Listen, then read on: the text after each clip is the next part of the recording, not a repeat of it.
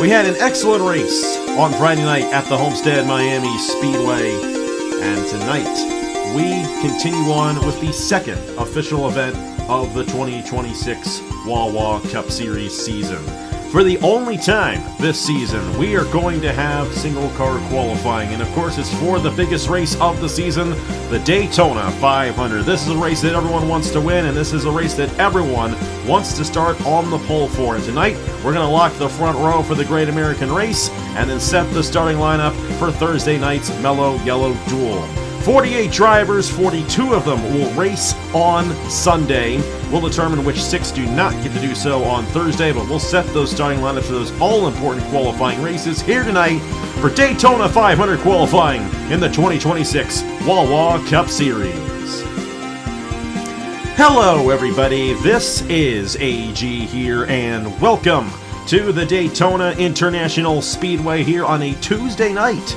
We're like real-life NASCAR, you know, just doing stuff in the middle of the week, but we're going to have some fun here tonight as we're going to showcase all 48 drivers who are going to be attempting this Daytona 500, all 40 full-time entries into the 2026 season, and then 8 hot seat drivers, and those owners, they pick their drivers, and those 8 are going to be competing against each other on Thursday night to determine the last 2 spots into this Great American Race. If any of those 8 qualify in the front row, however, they're going to lock their spot in here tonight, and we'll determine what the other driver is on Thursday. But very excited to see how this all goes down here tonight for Daytona 500 qualifying. It's the one chance we're going to get all season to really focus on each of these drivers individually. It's the only time we're going to be doing qualifying in-game all season long. You're alongside a bunch of guys, and I don't even know who I've got because we got a bunch of people that are going to be joining us throughout the night. I do know we have a lot of the GRT guys in the booth here for this one. And Matt, I'm going to start with you. Of course, you guys at Team Velocitar, very strong last season. You got Brydyn Perez and Danny Paulus Jr. on your team this year, but you guys have not necessarily been known to be good at the super speedways. What are you guys looking forward to here tonight in your attempt to start up front here in this Great American Race? All right, same question, but Ludovic. All right. Well, I believe that we should at least get a couple of cars in the top 20 just by force of brute numbers. But honestly, as long we're not gonna try to go up front as much in these super speedway races. We've never tried that. So it's just about finishing the races, getting points that way. So yes, the drivers we're gonna try to get a couple of cars in the top 20, but it's not our priority here to qualify up front, especially at a track like Daytona where qualifying is not necessarily the most important. And of course, we have a lot of the other owners in GRT here as well, so maybe you guys are all pretty much doing the same thing. Matthew Hubert, I'm sure you guys are doing the same thing at Vision Motorsports. Of course, you guys got Bryce Eagan and Phillip Torres. What are you guys looking forward to do here tonight in Daytona 500 qualifying? Well, for one thing, try and stay up to the draft. Seeing how at the second Daytona race in particular, losing the draft is basically detrimental. But that's in August, this is in February, so we're not in the chase yet. So basically this is stepping stone for the Valvoline 400 in a few months. Of course, the Daytona 500 is the bigger of the 2 races, and of course you want to start up front to avoid losing the draft in the race. Of course, we're early on in the season. The ratings don't have much of an effect this time of year as they do in August, but it's going to be a lot of fun seeing how it all goes down here tonight. All right, here's the qualifying order. Everyone's going to get 1 lap as we always do, and of course the fastest 2 laps, they're going to lock the front row, and they're going to stay on the front row to start the Daytona 500 on Sunday. Everybody else goes to the Mello Yello Duel. Of course, the 2 pole winners also race in the Mello Yello Duel as well. They just don't risk losing their starting position for the Daytona 500. And of course, the odd number qualifiers, they'll be in duel number 1. The even qualifiers will be in duel number 2. We'll race them, and then we'll determine the full starting lineup on Thursday in the Mello Yello Duel. But you see the qualifying order there. Matheus Bento, Carson Green going to be the first 2 drivers out. We have 8 hot seat drivers in this race, all looking to race their way in on Thursday. In order, it is Caleb Rose in the 00, Reggie Fogleman in the 2, Javier Vasquez in the 16, Stuart Gratton in the 33, Got the number 92 of Darien Arnsdorff driving for Pacific Racing. We have ourselves the number 96, that's Nicholas Cameron driving for NS Racing. We have ourselves also the 91 of Dylan Mathews. 93 is driven by Leonard Kochmer. And then the last hot seat car that we have here in the series. I'm trying to remember this off the top of my head, off of memory, and I'm not working out too well with that. That's the 82 machine of Eric Monaco. I just forgot our defending Daytona 500 champion. And those are the 8 drivers who are going to be going for it on Thursday. Now, if any of them, of course, qualify front row, they don't have to worry about Thursday. So that is the big key there. And last year we had a hot seater start on the front row. That was Ace Garcia for Racing Motorsports. So watch out for those guys as we get to them throughout the night. All right. We're going to be here for a while tonight, so let's not waste any more of your time. Let's go ahead and get Daytona 500 qualifying started here tonight from the World Center of Racing. Matheus Bento going to be the first driver out here for Daytona 500 qualifying. And here we go. Ready to get it all started here tonight at the Daytona International Speedway. This is Matheus Bento, true rookie to AG the channel. Well, not anymore. He's made a couple of starts in the Smooth Fest, and of course last Friday night's Wawa 400. Driving for Dracoan Racing Enterprises. They've won the Daytona 500 before. They're the defending winners of the Valvoline 400. This team has a lot of success here at the Daytona International Speedway. Bringing in a rookie driver here. Of course, they had a great weekend last weekend at the Wawa 400. We'll see if they can back that up here at Daytona. But Matheus Bento driving the number 31. True rookie. We'll see what lap time he sets, what benchmark he sets here, as we get the first of 48 drivers underway here for Daytona 500 qualifying.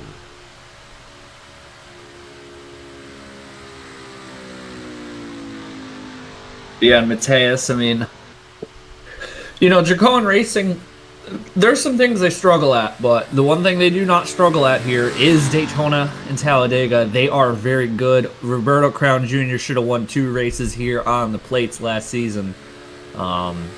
So this is definitely a interesting car to watch here with Bento, and got some lovely colors here with the full Celsius partnership with his team this year, and gonna be interesting to watch. You know, if Dracoan can get back on their feet to where they were early on in the Wawa Cup Series. At the very least, like I said, they are going to be very tough here at Daytona this weekend.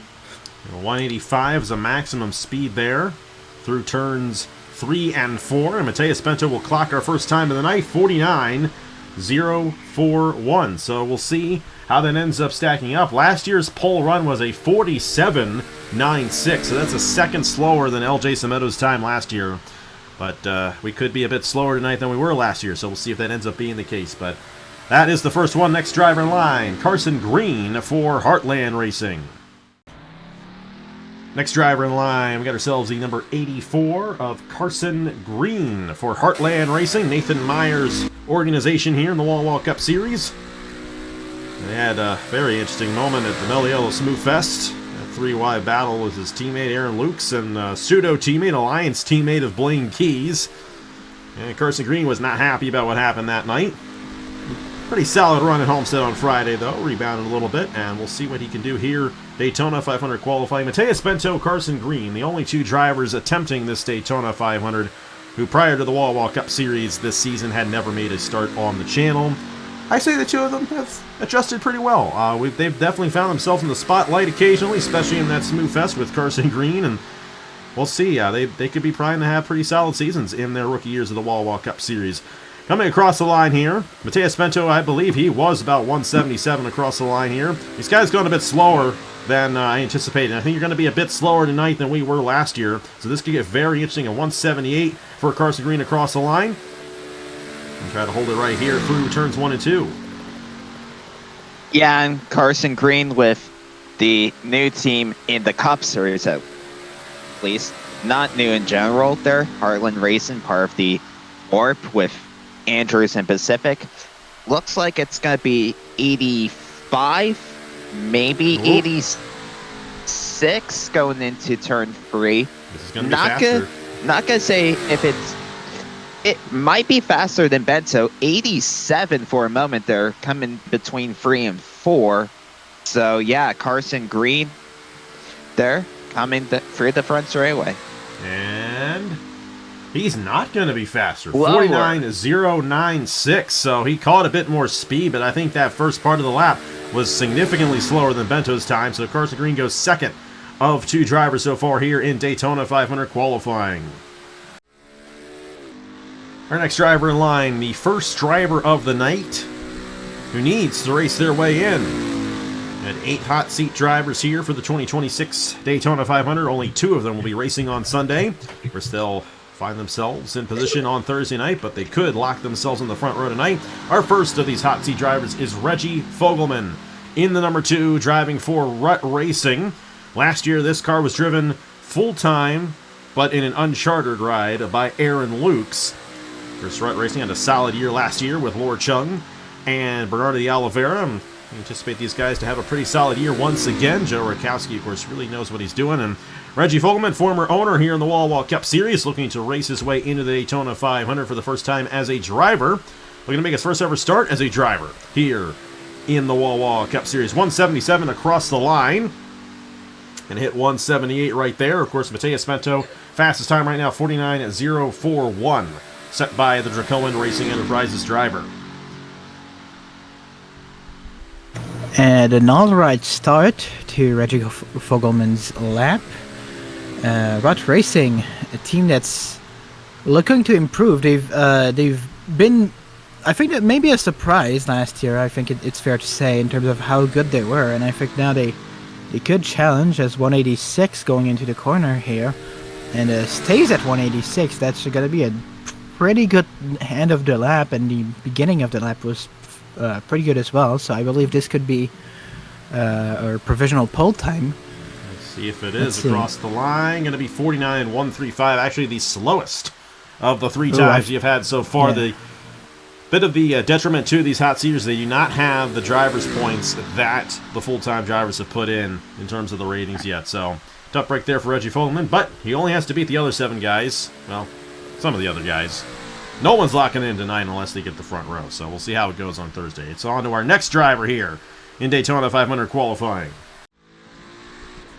On to our next hot seat driver. This Javier Vasquez has made a lot of starts in the Lenovo Pro Series, her Sprint Series, and going to be driving a very special scheme. Of course, we've touched on this past couple of weeks. Of course, the tragic events in December, the passing of Greg Biffle and his family, just very heartbreaking loss, but I want to give Aaron Abel and Hergel a lot of credit for deciding to run this scheme as the hot seat for Racing Motorsports this year. You'll see it in a few races, and of course we saw it last week at Homestead when Murray Papiani drove the machine, and we now have Javier Vasquez looking to make his first ever Wawa Cup Series start in this ride. And in theory, this is the ride that won the Daytona 500 last year. It was the unchartered number 45 for Racing Motorsports that won this race with Eric Monaco last year. We're going to get to Eric Monaco in just a bit.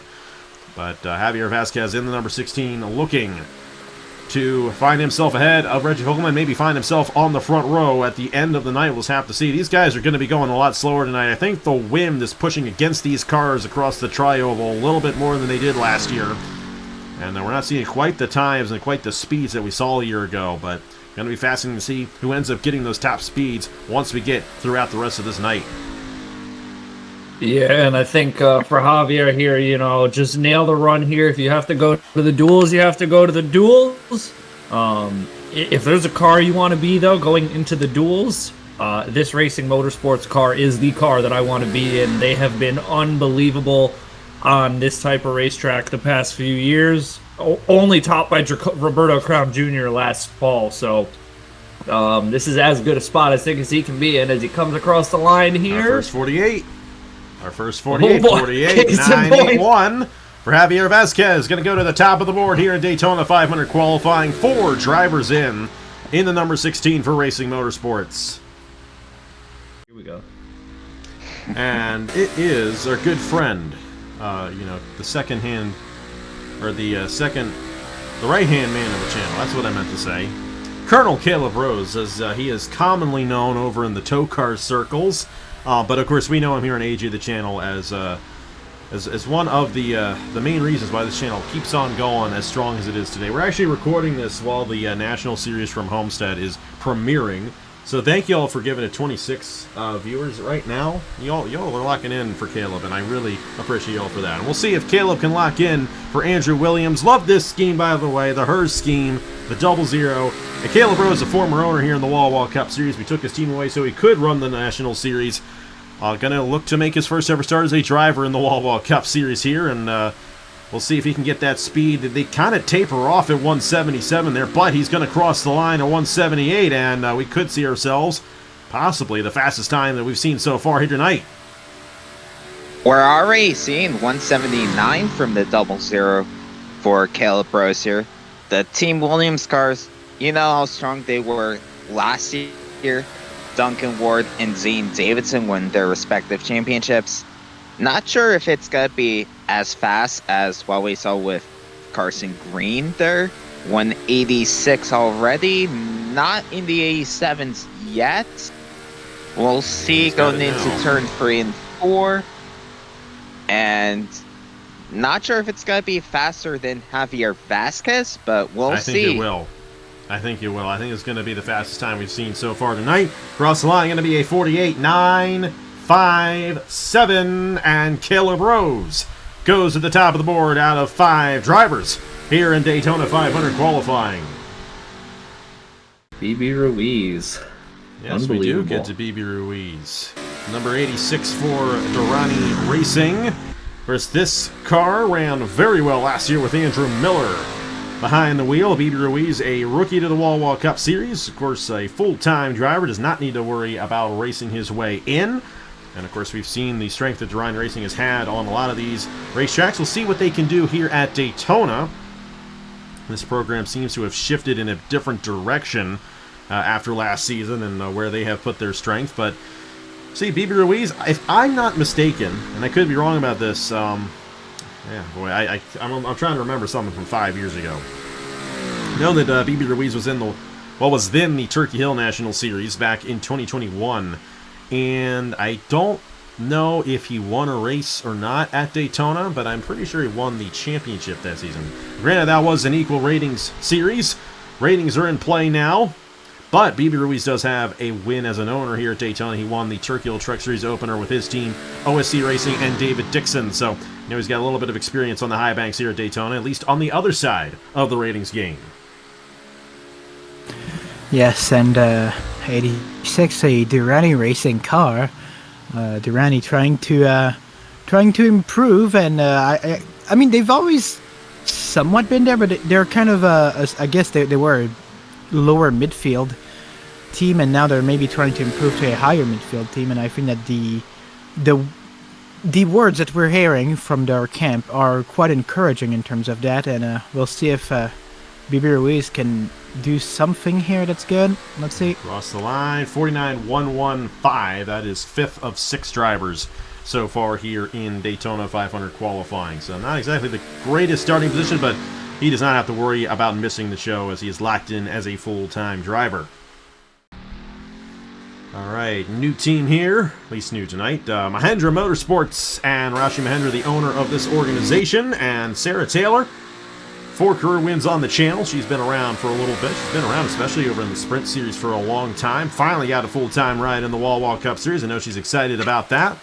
And Mahindra Motorsports, we're a little bullish on this team, I feel like. Rashi Mahindra, I feel like they know what they're doing in terms of these ratings. But we'll see. We'll just have to see. It's going to be such a strong and competitive year, and we're looking forward to seeing how it all goes down. And, of course, Sara Taylor in this number 60 machine. This is the second time we've seen an Alaska Airlines scheme in the Cup Series. We had it a few years ago when it was it Alex Tanker, the owner of that team, I believe, back in the day. Real throwback if you've been around long enough, but great to see it back. Great scheme here that Rasha did.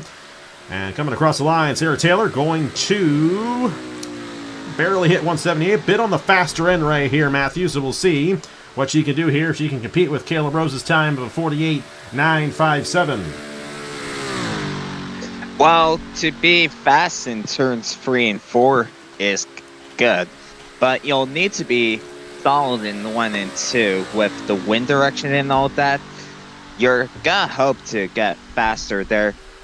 Not sure if 185 and 86 holding 86, and 87 into 3 and 4. Not sure if it's gonna be holding 87 for a long. Yeah, we'll see. See if she can hold that going across the line here. This is going to be a faster time. I don't think it's going to be quite as fast as Caleb Rosen. It's not. 48.984. That is third quickest. So behind Caleb Rose and Javier Vasquez for third of 7 drivers so far here tonight in Daytona 500 qualifying. All right, we're excited for this one. How about Stuart Gratton driving for GRT in the number 33 team, Velocity Ford. Stuart, of course, not an official owner in the series anymore, so he's allowed to drive. Of course, he oversees GRT as a whole, so he's still very much a part of it all now. But, Matt, I know you are excited about this. And here's a fascinating thing that Stuart told me the other night, and I thought this was incredibly interesting. Stuart Gratton has 19 career wins on the channel. 15 of those wins came during a time where we did not have comments turned on the channel. You have to be around a long time to remember that era. That was June of 2017 when that switched over. So, almost 9 years ago is when those 15 wins happened. He's only gotten 4 wins in almost 9 years. Matt, I know you want to see it happen on Sunday. Well, how you feeling about your boy Stuart Gratton here in this 33 machine? You know, I mean, it's I like to keep things, a buck in the booth, and admittedly, I think the numbers have shown that this is not always our strongest type of racetrack. I will say, I think the last season with Daniel and Matthew, I think we really showed that in race trim, we're, actually decently competitive, so it definitely gives us some hope here if this 33 can get in. And obviously, I mean, most of y'all wouldn't know the lore, but this is Brandon Nelson's championship winning livery that was JBL at the time. Had some new partners come on board. He kind of looking fast there through 3 and 4. Maybe there is some Brandon Nelson speed in this car. I don't know. Yeah, 49.093. That's terrible. Right in the middle. That's 5th of 8 drivers so far. So a bit slower than Caleb and Javier Vasquez there, but ahead of Reggie Fogleman. We'll see how that ends up lining him up for the Mello Yello Duel on Thursday. But he's got his time in. Move on to the next one here from Daytona. All right, our next driver of the night, full-timer, and an actual full-timer, Johnson Jameson, finally made his first official Wawa Cup Series start last Friday night in the Wawa 400, driving here for Mahindra Motorsports.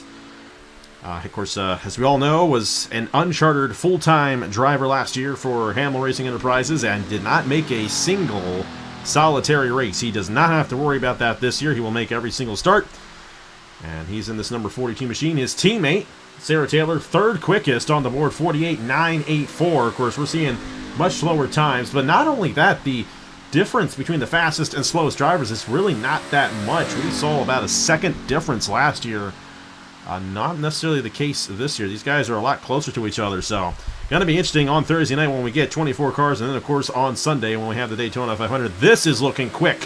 179 across the line for Johnson Jameson. And he's got a chip on his shoulder from what happened last year. And he wants to go out there and get it. Have a shot at this Daytona 500 race victory.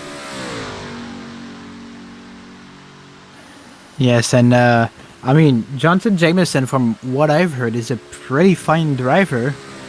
I don't know how he performed in Homestead. I would imagine he performed fine, considering Mahindra Motorsports, also, from what I've heard, are a pretty fine team as well. And let's see here, going into, and it's 187, so that's pretty good. That's on the higher end. 188, that's actually really good. Hitting 188, coming middle of turn 4. I think this is going to be the fastest time so far. Great lap out of Johnson Jameson. 48.805. Put him to the top of the board by a tenth and a half. That was a solid lap time out of the Mahindra Motorsports driver. And Johnson Jameson goes to the top of the board here in Daytona 500 qualifying. I'm sure he's loving that. And how about this? Alexander Rowe, who has won the Daytona 500 in the past, won this race 6 years ago. The 2020 Daytona 500 back in the old Chick-fil-A Cup Series days. Hey, he's finally full-time in the Wawa Cup Series. We're excited to have that, driving for Triad Racing. alliance there with NS Racing, Evans Ross Racing, and of course, defending owners champions Team Williams. And of course, Alexander Rowe won 2 championships and 12 races last year. A lot of those in equal rating series.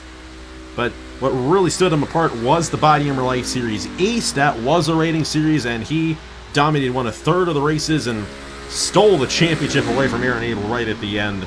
He did that to Aaron Abel twice last year. We'll see what he does here in Daytona 500 qualifying. Looking a little bit slower. He's going to hit 177 right there. We'll see if he hits 178. He will.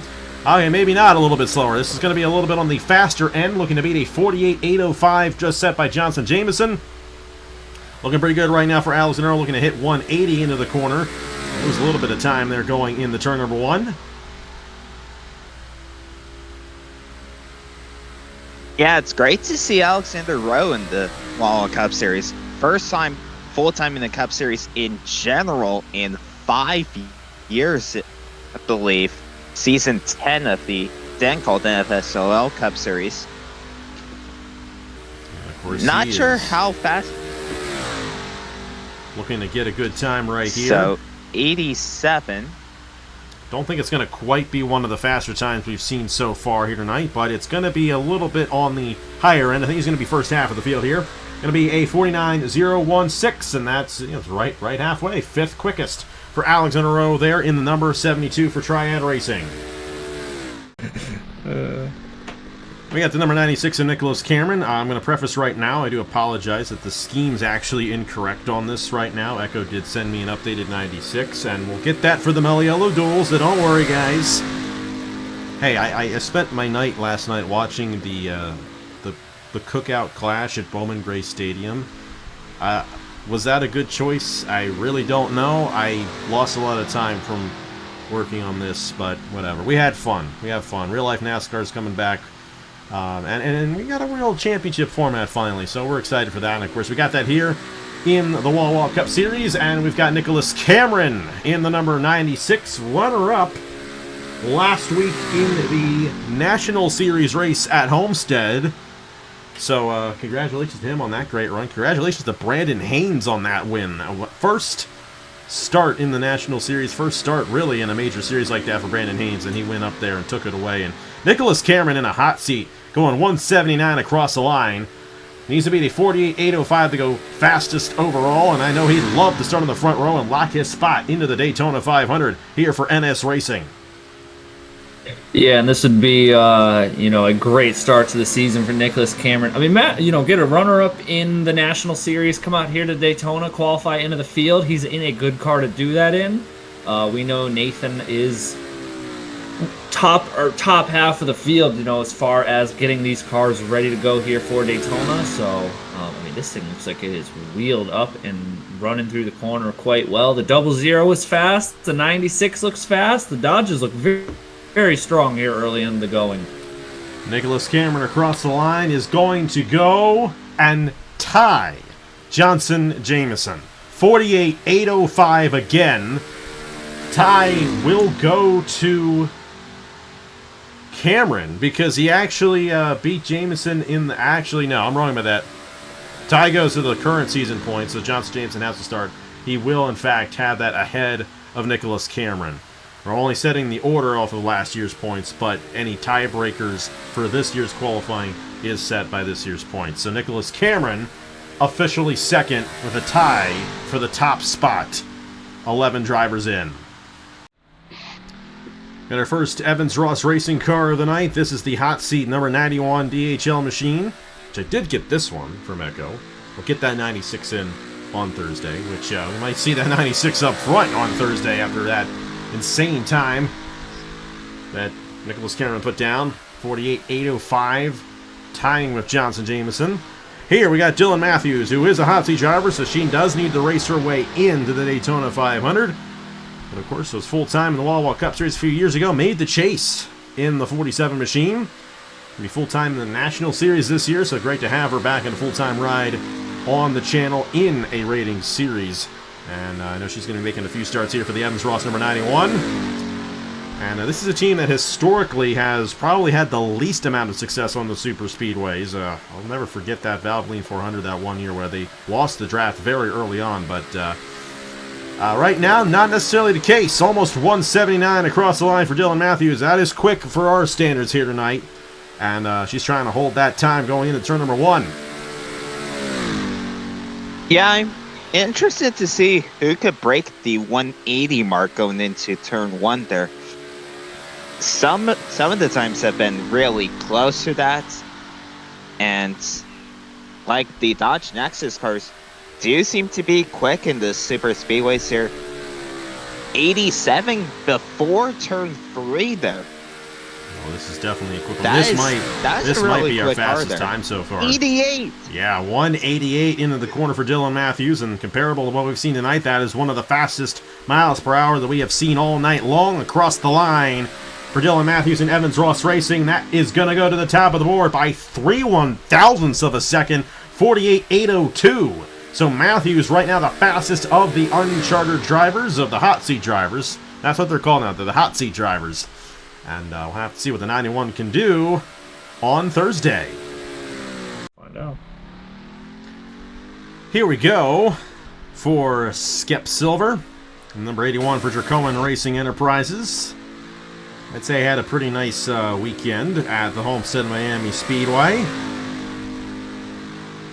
I have to see what he does throughout the rest of the season. And these guys were talking behind the scenes very highly of Scep Silver. Of course, very strong driver over in the Turkey Hill Truck Series. Got a race victory with Parker Davis Enterprises at Iowa. Backed it up a little bit as well in this 81 machine. And we're excited to see what Scep Silver can do throughout the rest of this season. And of course, this is the ride, essentially, that won the Valvoline 400 back in August. So we're going to have to see if Scep Silver can, in fact, do the same thing that Roberto Crown Jr. did here at the World Center of Racing in this 81 machine. Of course, Dracoan has had a lot of success here before. Matheus Bento, his teammate, 8th quickest right now. Scep Silver, though, looking to find a little bit more speed here across the line. Barely crest 178 across the line, so not one of the faster times that we've seen. But this is going to be about midway through the way it's looking at right now for the driver of the number 81. Yes, and Scep Silver. I think he could probably be a standout of this season. I think we've seen a lot of him in the truck series. It's been incredible, and he's gotten good backing as well. And I'm not saying this because it's our alliance that's backing him. So yes, I believe that Scep Silver could very well impress, especially at some of these speedways. The super speedways not necessarily are good and not necessarily is good as well. But we'll see at the line. It's not going to be a fast time here. Not exactly what he would have wanted. That's 11th of 13th, 49.102 there for Scep Silver. But of course, we'll see what he does on Thursday night in the Mello Yello Duel, if he can work his way up towards the front in that 81 machine. And next in line, Aaron Lukes, the other Heartland Racing machine. Versus teammate Carson Green, 10th of 13 drivers right now. That was a 49.096. Of course, Aaron Lukes will always be the first multi-time winner on the channel. First driver to win 2 races on the channel, and you would never really guess that if you didn't know much of the lore of the channel. But all the way back in 2015, he won twice in the Chick-fil-A Cup Series season number 1. So he was in the very first race on the channel back in the day. And great to still have him on board. His first full-time Wawa Cup Series season, driving the 67 machine for Heartland Racing. So we know what Aaron Lukes is made of. He was in the 2 machines for Rut Racing quite a bit last year. Made a few races in the Uncharted ride, but this time he's going to be in every single race in the 2026 season. And we'll see what he can do here.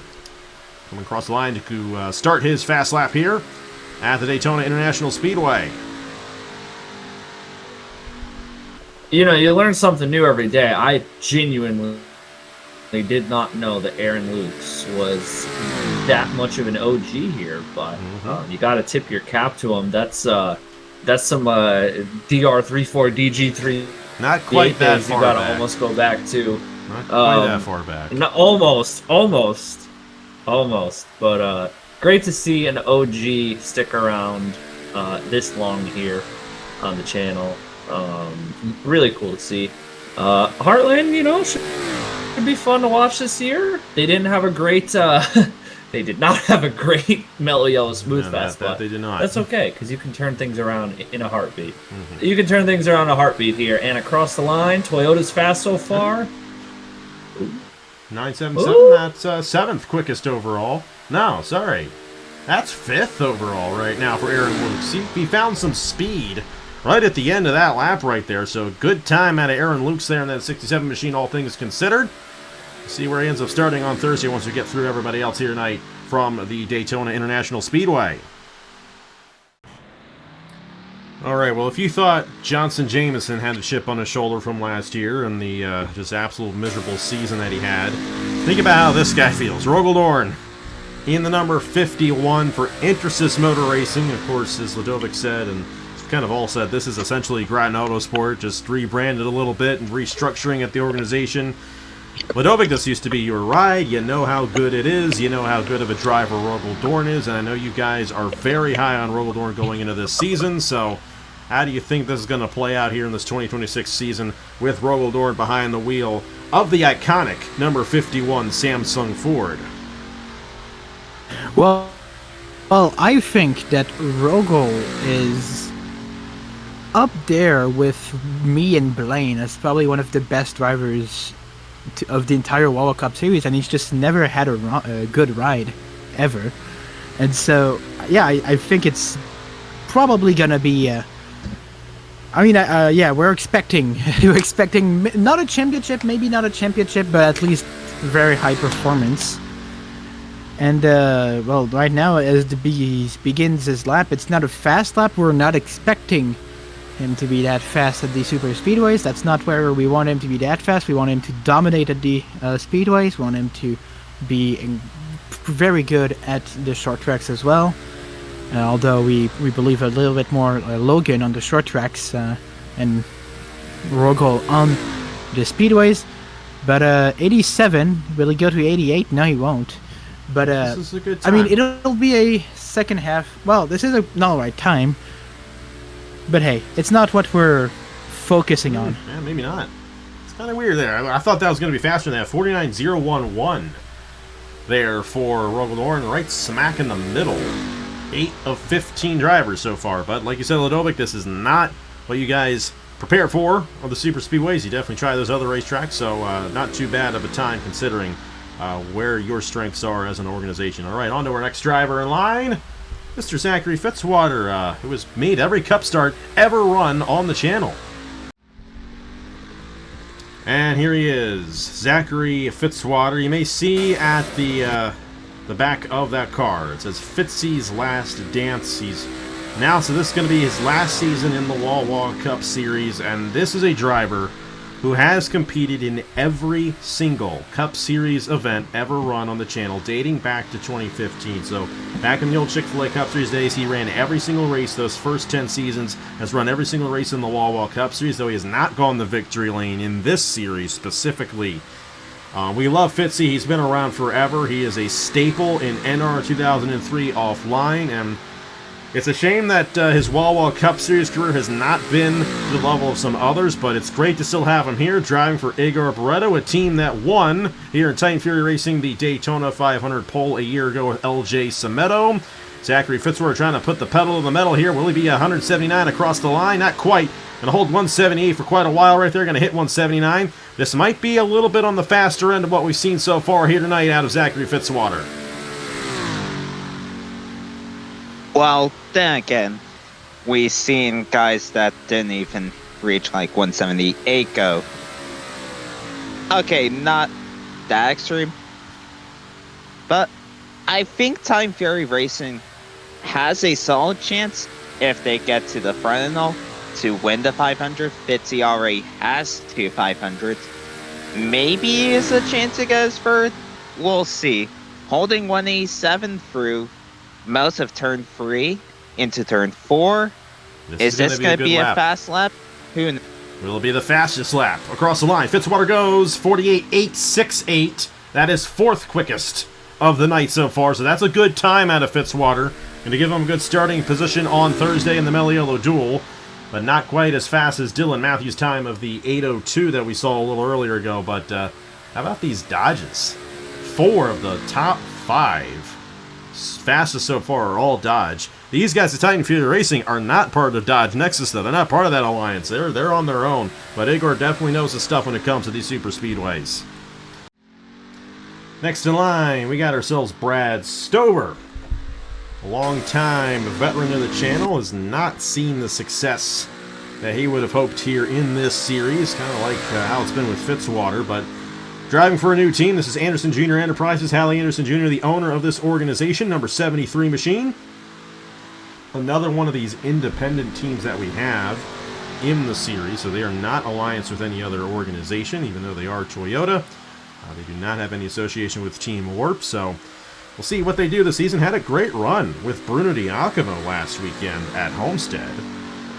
Brad Stover, unfortunately, did not have as good of a run, but we'll see what he can do here in the 73 machine. Looking to be at a 48.802. And we'll see if he has pretty good speed off the corner right here. Looking for that 179 across the line, and he might get it. He's 178 right now. He's going to hit 179, and oh my goodness, we could have ourselves a pretty fast time on our hands right here out of Brad Stover. Yeah, that's obviously a very good start off in the 180 into turn 1. Wish I could get to that quick, get that speed when I was on my lap, but no. This is a promising sign for the 73, and we see some cars that are set up better for single car runs than say the races. That might be the case here because this is very quick. 185, 186. 187. Can you get to 188 into turn 3? Oh, yep, he will. He does. He gets it. Just tickles it a little bit. Got it now. Just a little bit.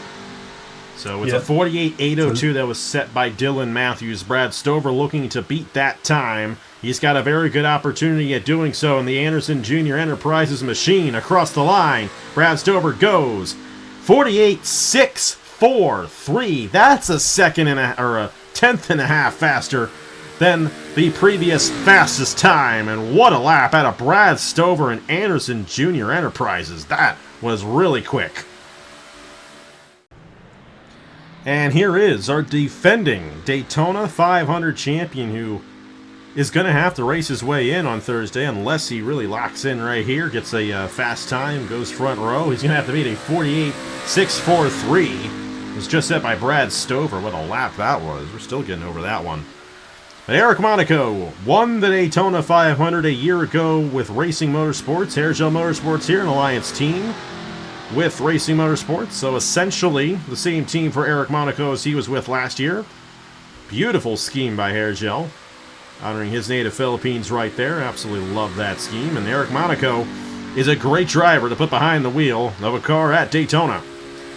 We'll see what he can do right here. Of course, he does need to race his way in as a hot seat driver. So right now, Dylan Mathews, the fastest of the hot seat drivers with a 48.802 in that 91 machine. Eric Monaco hit 178 right there. Will he hit 179? Not quite across the line.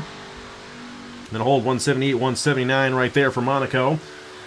Won't be on the level of Brad Stover at this rate, but still looking to be a pretty solid time for Eric Monaco in this 82 machine. Yes, it does look like Racing Motorsport has shared a little bit of their super speedway expertise with Hairgel. And the Hairgel team that's been trying, basically every year, very much trying publicly to get into the top tiers. Haven't had that much success. Maybe this year it'll change now they've restructured the alliance and everything. Might be the right time. 187 coming out of turn number 4. That's going to be probably in the top 10. And Monaco across the line going to go 4.8914. And that's good enough for 6th overall for the driver of the number 82. That is the 3rd quickest hot seat driver so far of the night. 2, 3, 4, 5. So how many we got here? That's one more hot seater left. That's Darien Arnsdorff a little bit later on, and then we'll get an idea of where the hot seat drivers are going to be for the duels. That could get very interesting there because we're not going to split those guys up. It's going to be, you can have 5 and 3, 6 and 2 and 1. It's just going to be the fastest or the highest finisher in each duel of those hot seaters that advances on. Could get interesting once we get down to it. All right, 48.914 for Monaco. Let's move on to our next driver here at Daytona. Next driver in line, the other Durrani car. This is Christian Master. We know Christian Master, a long-time veteran of the channel. Has been racing here since the very beginning. Was in the very first race. Was actually runner-up in that very first race to Jesse Turner. almost 11 years ago. He won the Valvoline 400 here at Daytona in 2023. And now he is driving for Darien Racing in the number 78. This was the ride vacated by Brad Stover at this team. This was the ride that did not run well last year with Darien Racing, but get a veteran driver like Christian Master in might change some things around there with Ryan Durrani's team. His teammate Bibi Ruiz, however, 17th of 18 drivers to head out so far, 49.115. So we'll see if these Durrani guys find a little bit more speed out of their veteran driver of Christian Master. It's not looking like that's going to be the case. This is definitely on the slower end coming across the line right here for Christian Master in the 78 machine. Yeah, this is a different team as well. Darien Racing, as experienced as a Darien Racing driver, not really the best on plate tracks, to be honest. Yeah, Christian Master does have experience of leading up front 2 years ago. So maybe if there's a chance that he does well in the duels, who knows? Maybe a top 10's on the cards. We'll have to see if that ends up being the case for him. Regardless, he'll be in the race, so has nothing to worry about in terms of missing the show.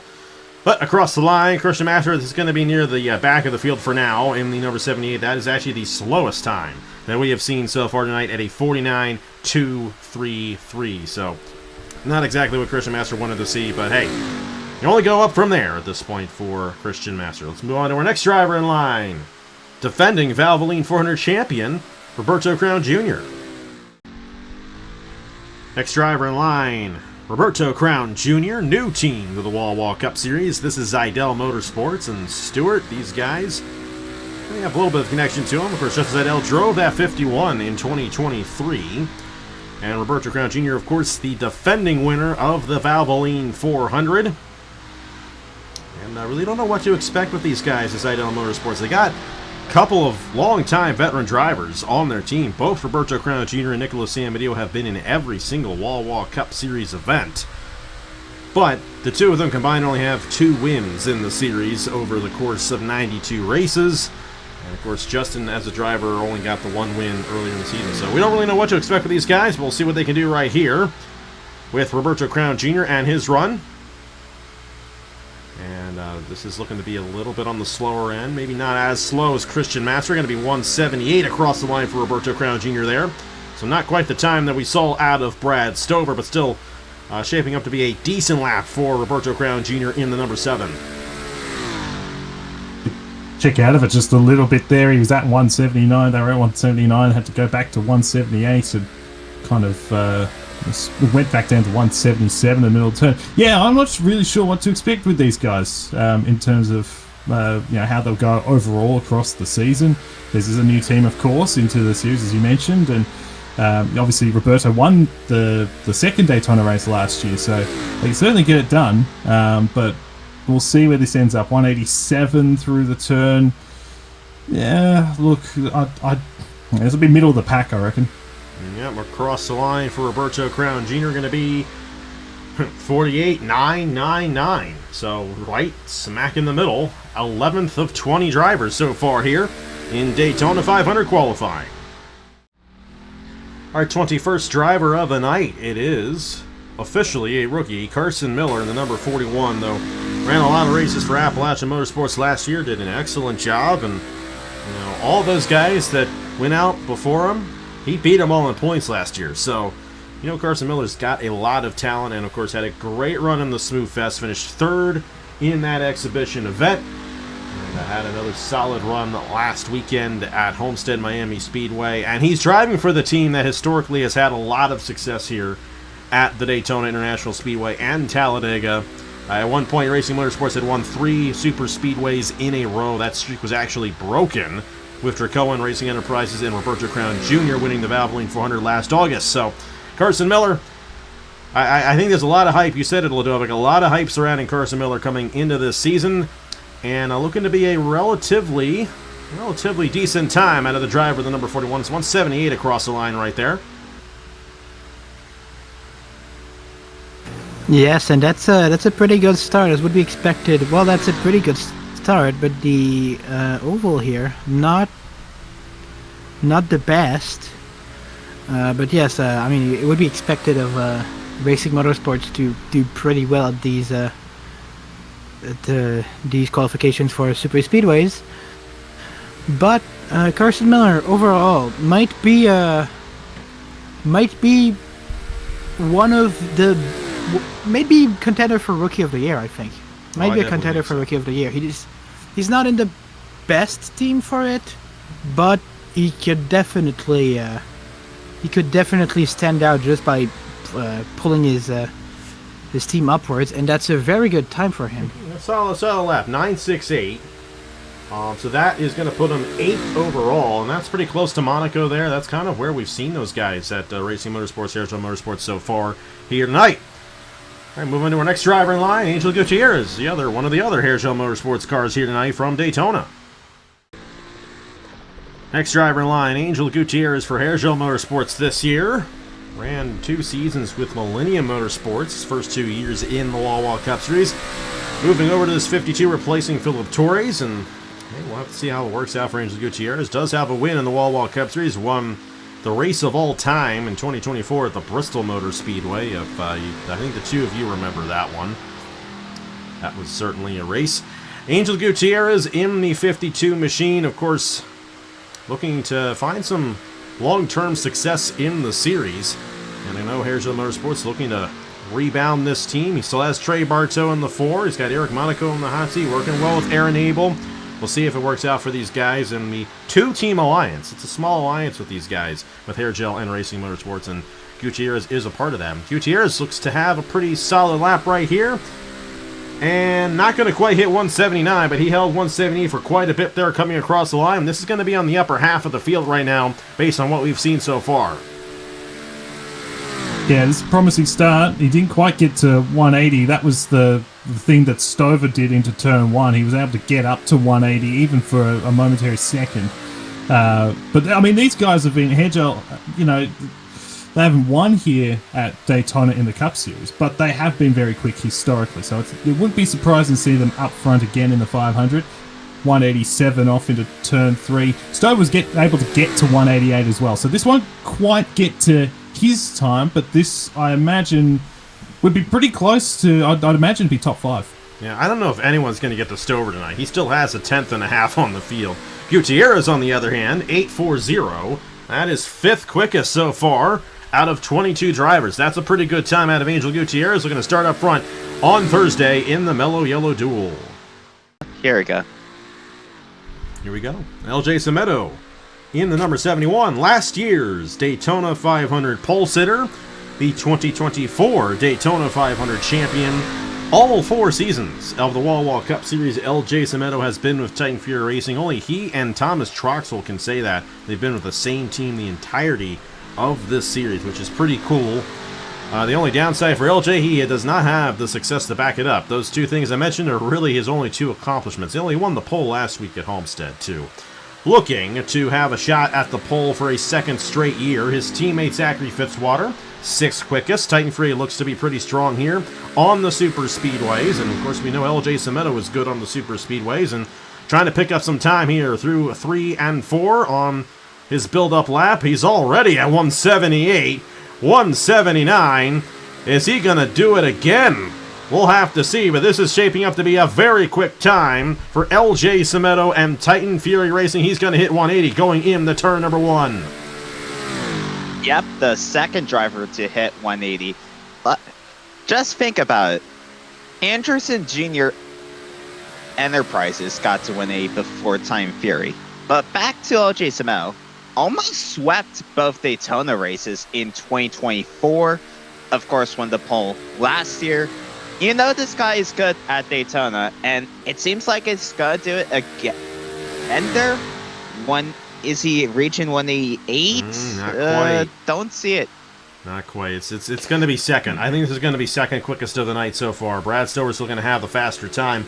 LJ Semedo across the line, 48.817. I was wrong about that. Mathews, Jameson, and Nicholas Cameron all faster. Still a very good time out of LJ Semedo, but it will not be back-to-back Daytona 500 poles for the driver of the number 71. All right, here we go. Darien Arnsdorff is our last hot seater of the night, driving the slick number 92 for Pacific Racing.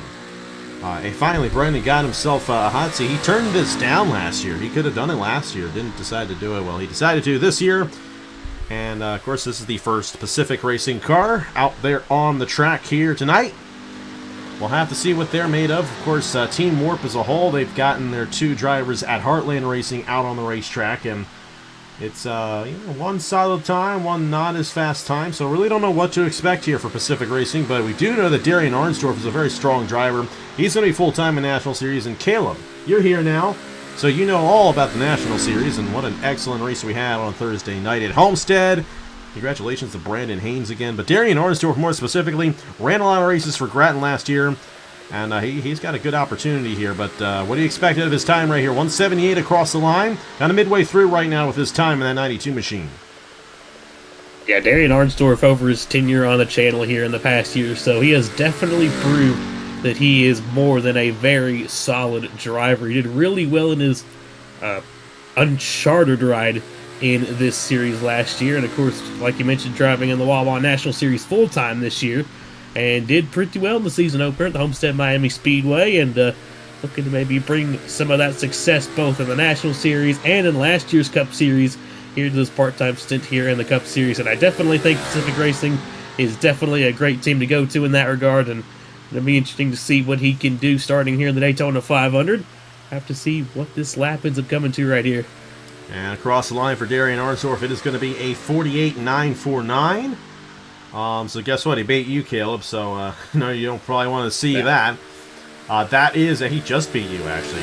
9th quickest for Darien Arnsdorff here at Daytona in Daytona 500 qualifying. Hey, we're halfway through the field. Let's get on to the second half of these drivers, starting with Bruno Di Giacomo in the number 73. Our next in line, Bruno Di Giacomo in the number 70. Very excited to see what he does here because his teammate Brad Stover holds the fastest time by a 10th and a half, 48.643. Allie Anderson Jr. found something to give Brad Stover immense speed. We'll see what Di Giacomo does. A great run for Di Giacomo at Homestead as well. Maybe things on the up and up for this team. For Bruno Di Giacomo, who's kind of just been, I don't know where he's been in the Wawa Cup Series. Outside of that Smooth Fest win 2 years ago, he's really not been anywhere to be found in the Wawa Cup Series in his career. So, hey, I know he's hoping for a bit of a rebound here in the 70 machine. We'll see what he does for Anderson Jr. Enterprises. And if he crosses that line 179 or even 180, there's going to be an opportunity for him to possibly take this pole away from his teammate. But right now, Brad Stover and Dylan Mathews hold the front rows. We're halfway through Daytona 500 qualifying, and looky here, what a surprise this is. He's going to hit 180 across the line. Bruno Di Giacomo might just go fastest here with this lap. We'll see if he can hold it here, going into turn number 1. And it looks very good. He hit a little bit 181 coming into turn number 1 and now 180. I think he's going to keep it for basically the entirety of the corner. He had to lift a little bit, hit 179 for a few seconds, and now already on the gas. What an impressive performance, even if it doesn't end up being the pole time. But I think it will likely to be the pole time. It's likely to be the pole time. 188. He's holding it too. 189. Goodness. And that's the fastest we've seen all night long. So how about Allie Anderson Jr. and her 2 drivers of Bruno Di Giacomo and Brad Stover right now holding onto the front row. That's a 4.70. Wow. That was incredible. 48.470. Did that thing pass tech? Well, we got a new fastest driver here in Daytona. We will not lock a hot seat driver in. And it's Anderson Jr. Enterprises currently holding on to the front row for the Daytona 500. And we got ourselves Phillip Torres in the number 63 for Vision Motorsports. Matthew, this is your team. I know you're excited to be an owner now, even though you never got a win as a driver in this series. I know you'd love to get a win as an owner, and we'll see what you guys brought to Daytona here.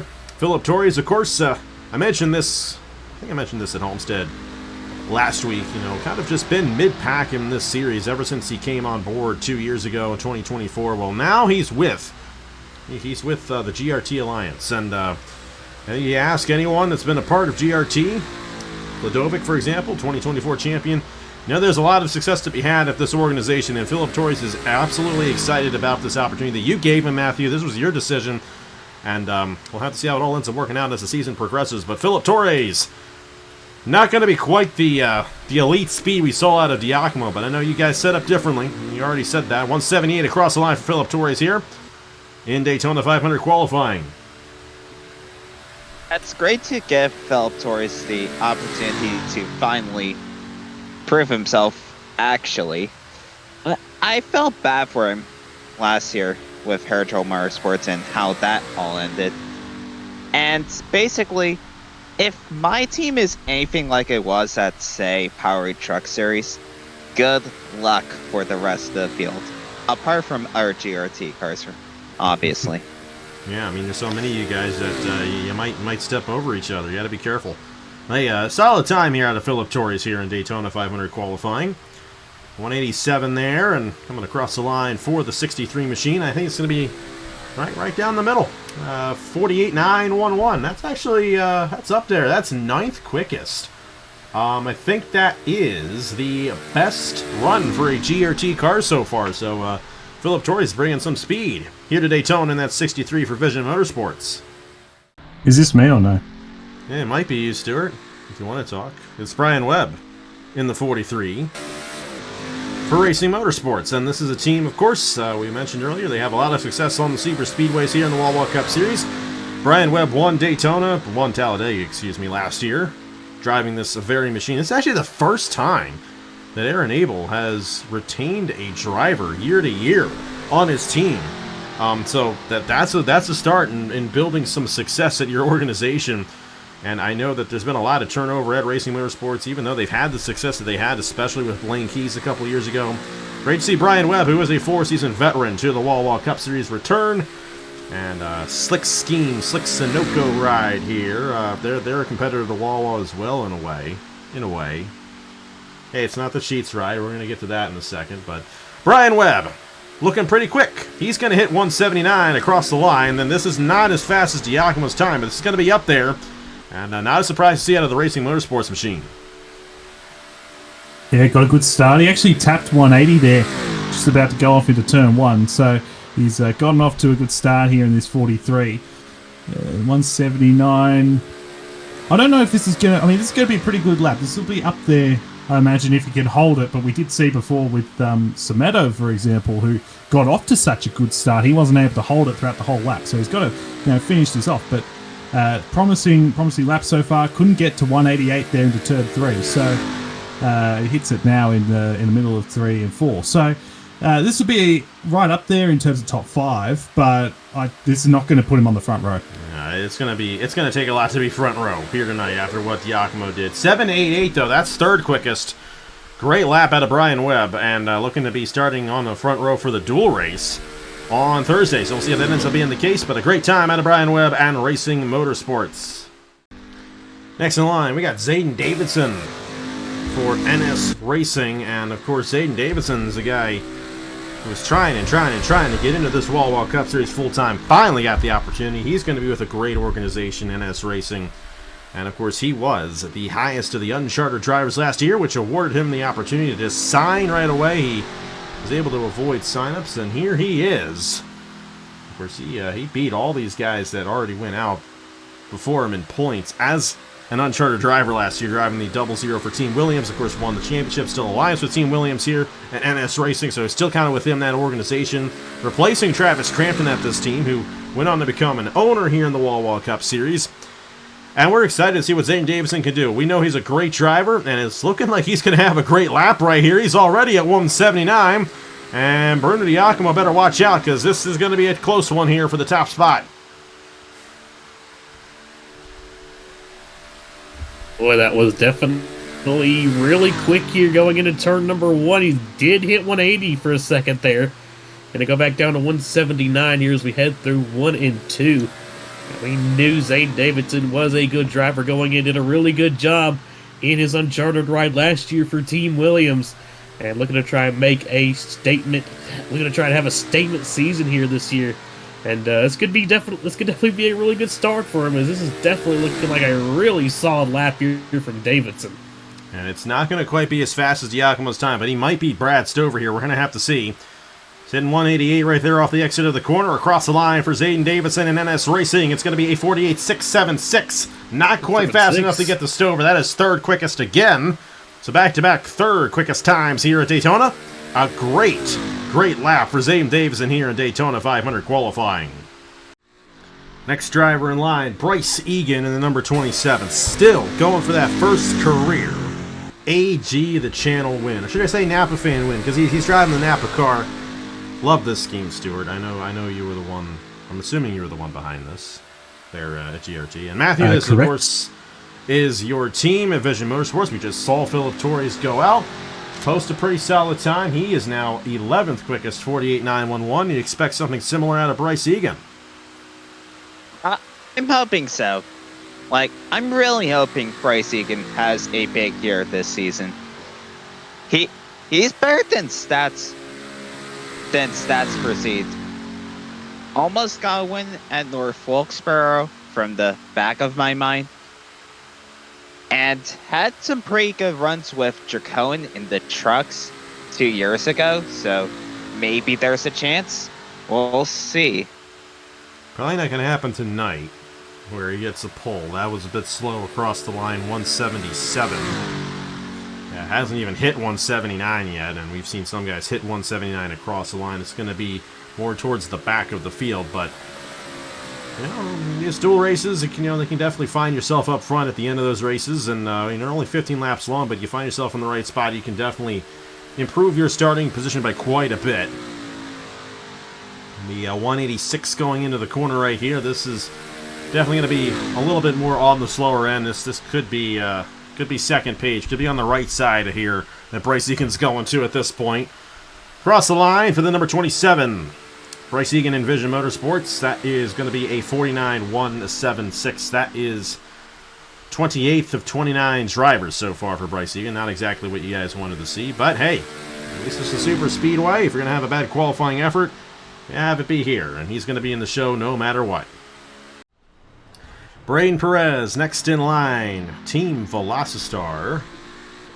Stuart, of course, drove the 33, and was 23rd quickest for Stuart right now. Of course, Brydyn Perez does have the driver rating, so that's going to be playing into his favor right here. We'll see what he can do. A great run at Homestead on Friday night, so he's off to a great start to his season. Driving this number 11 machine, which is a great scheme, by the way. You guys at GRT, you lock in with these schemes, Stuart. I got to give you guys so much credit for what you do, and Stuart and Hairgel especially, they do a lot of the schemes that you see here in the Wawa Cup Series, and they're both excellent at what they do, making this look as good as it does. So, you got the 30th driver of the night, Brydyn Perez in the number 11, Team Velocity. This is a move from Millennium Motorsports. Perez drove for Team Williams first 2 years of his career, and now he's with GRT.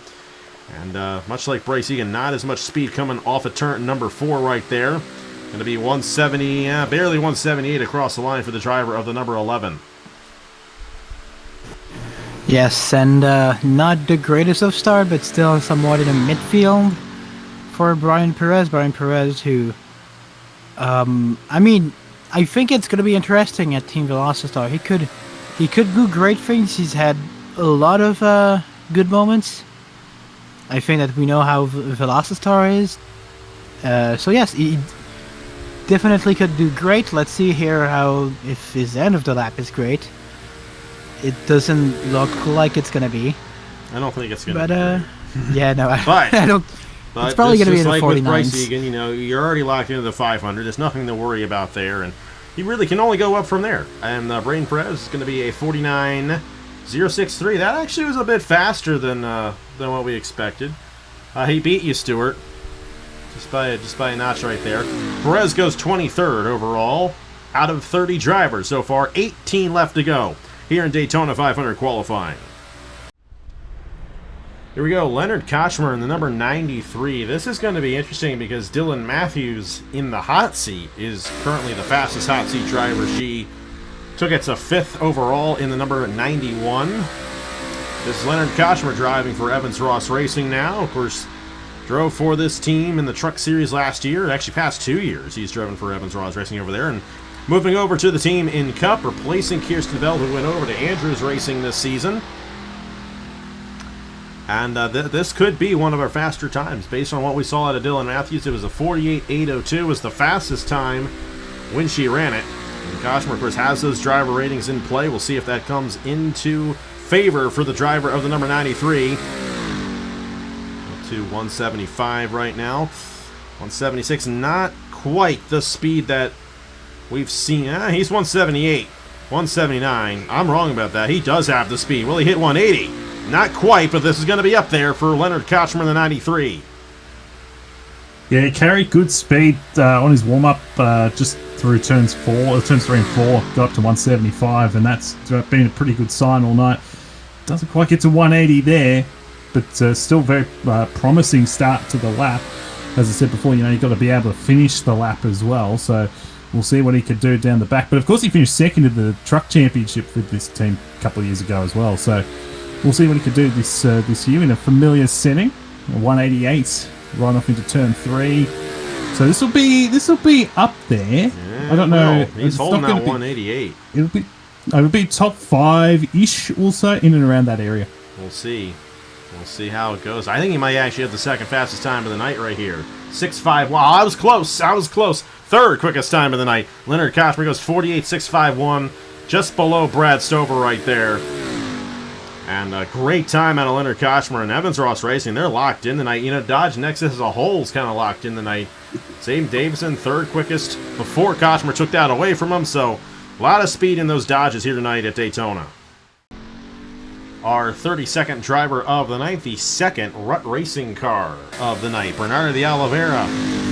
Didn't get a win last year, but showed a lot of strength throughout a lot of the races in 2025 for this team. And Joe Rakowski, and the gentleman that he is, decided to bring him back for another year, bring back the team for another year, Bernardo de Oliveira and Laura Chung.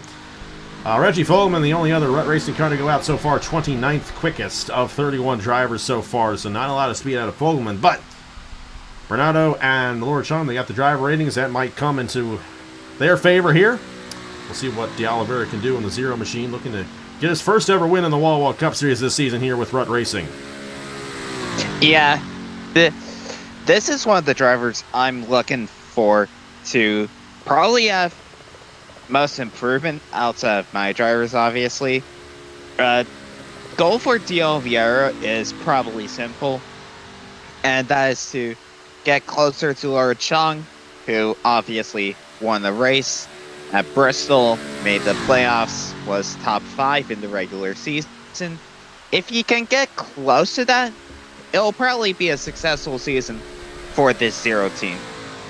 We'll have to see if that ends up being the case for Bernardo de Oliveira. I know there are expectations to improve upon last year. De Oliveira's third season in the Wawa Cup Series. Been around since 2024. A lot of these guys are hitting their third or fourth years in the series already. They've been around for a while, and de Oliveira is one of those guys. So he's yet to go to victory lane, but we'll see what happens throughout the course of this year. A decent time here for de Oliveira. Not going to be top of the board, but respectable time midway through, 9.83. That is 19th quickest. Just above Sara Taylor right there, so 19th of 32 drivers for Bernardo de Oliveira and Rut Racing in the number 0. All right, next in line, Trey Bartow. You know what number he drives. He's been in the number 4 all but one season, actually all but 2 seasons in the Cup Series on the channel. But nobody else has driven the number 4 in the Cup Series except Mr. Trey Bartow. Driving for Harrisville Motorsports once again. This is his 3rd season with the team, and no matter how many times you use the hashtag #FreeBartow, I think Trey's actually pretty happy here at this organization. And I do feel like there's going to be a bit of a turnaround, at least maybe some bit of a progression towards the top for these guys. Of course, Bartow made the chase in 2024, got the win in Rockham. That's his only win in the Wawa Cup Series, but we'll see what he can do here in Daytona 500 qualifying. His teammate Angel Gutierrez is currently 10th quickest right now. But Bartow a little bit on the slower end of things here, so maybe not the speed that they would have hoped here at Daytona, and that might be a good sign for the rest of the season, based on what we have seen in past years. Good run, though, for Trey Bartow in the 4 machine last week at Homestead. didn't really come to fruition to anything bigger than that, but we did see him up front a little bit in that race. See what he does here on this lap. Yeah, and I mean, also in his defense, qualifying, it's just kind of been all over the place so far here tonight. So, and you know how wild how much of a wild card Daytona can be. So, we'll have to see how this translates into the race, into the rest of the season. But a bad run here qualifying doesn't mean it ups or down for the rest of the season. Excited to see what Barto can do, but see what this lap will bring out for him. Yeah, it's going to be a 49.080. And that's going to put him 26th quickest of 33 drivers so far. So he's there. He'll be in the duels. He'll be in the race. And he'll definitely be working to move his way up front on Sunday. Let's get to our next driver in line. Mr. Thomas Troxell for Pacific Racing. And here we go to Thomas Troxell, Pacific Racing. Of course, Troxell's been with this team since the beginning of the series in 2023. Won the opener last year at the Auto Club Speedway and also won Texas last year as well, but had about the worst month of April you could imagine. He failed to finish in, I believe, all 4 races in April last year. He wasn't there. That affected him the rest of the season and just didn't quite have the fortitude that we would expect out of Thomas Troxell, a 2-time regular season champion of the Wawa Cup Series. Didn't even make the chase last year. Now he's looking to change that here this season. And we're just going to have to see what he does here in Daytona 500 qualifying. Darien Arnsdorff in the other Pacific car that's gone out is 14th quickest right now, 9:49. Troxell looks like he's about to put up a respectable time here, 178 across the line for the driver of the number 62. Yeah, it got off to a decent start there, 178 across the line, couldn't quite get to 180, drops down to 178 off into 1 and 2. So won't be challenging near the top of the field, but so far it looks like it'll be at worst a somewhat decent time. And you know, Troxell, I know you mentioned that month of April. I think he's going to bounce back this year. I think he's going to be in for a pretty good year, get back to the heights of, say, 23 and 24, where he was very, very strong. And we'll see what he can do, 187 through 3 and 4. Can't quite get to 188. So I think this will be a middle of the pack, maybe lower half of the field. We'll see. Across the line for Thomas Troxell and Pacific Racing. 48.936, and that is good enough for the 14th position that he takes away from his teammate of Darien Arnsdorff. So upper half of the field right now of everyone who's gone out so far. It's a solid time for Thomas Troxell here in Daytona 500 qualifying. And here he is, Mr. Edge, Nicholas Semedo. We love Nicholas Semedo here on AG the Channel. Winner of the closest finish in AG the Channel history.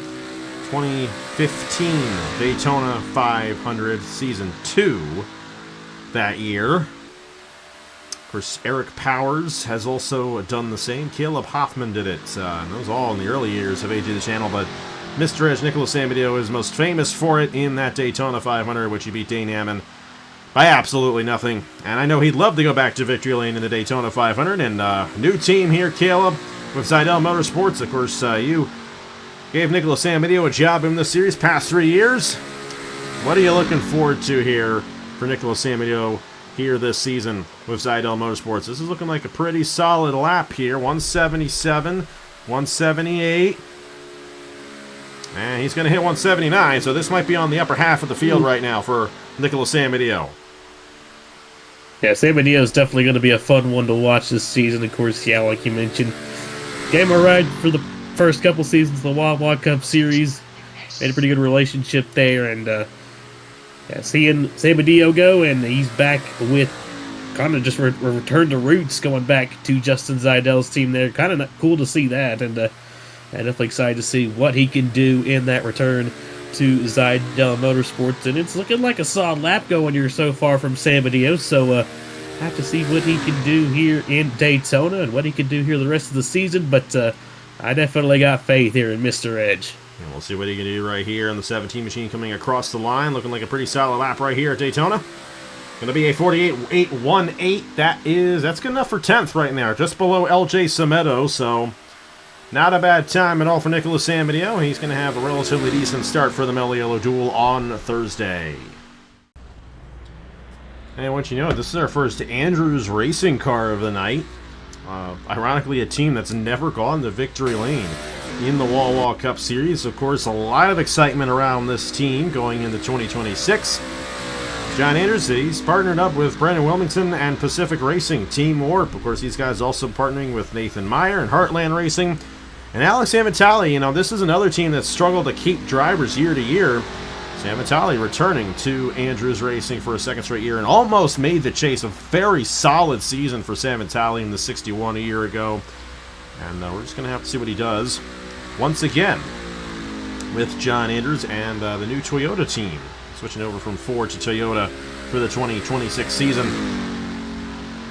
This is looking like it's a little bit on the slower end. That's 173 off the exit of turn number 4. And Sam Vitale going to be about 177 across the line. So this is not going to be up towards the top. Yeah, well, Andrews Racing is one of the teams I'm personally watching out for. They have 2 drivers who I feel like could easily win races, make the chase, and whatnot. Sam Vitale almost made the chase with 0 top 5s. Just leave that into your mind. Not a single top 5 the entire year. If he gets more top 5s, be more consistent around that range, I could definitely see him making the chase this year. We'll see if that ends up being the case for Alex Amitali in the number 61. This is a very strong group of drivers that's up towards the front this season, no doubt about it. Amitali is not going to be up towards the front here in qualifying. That's a 2.72. That's actually the slowest time that we have seen all night long. 49.272 out of Alex Amitali and Andrews Racing. And we got the 0.5 here for Triad Racing, Tanner Parton. A driver who's been in every single Wawa Cup Series event, has never gone to victory lane in this series. And he came close last week at Homestead, and we'll see if he finally breaks through this season driving for Triad Racing and Travis Crampton. His teammate Alexander Rowe, 25th quickest right now, 49.016 as the comparable time on his teammate's ride.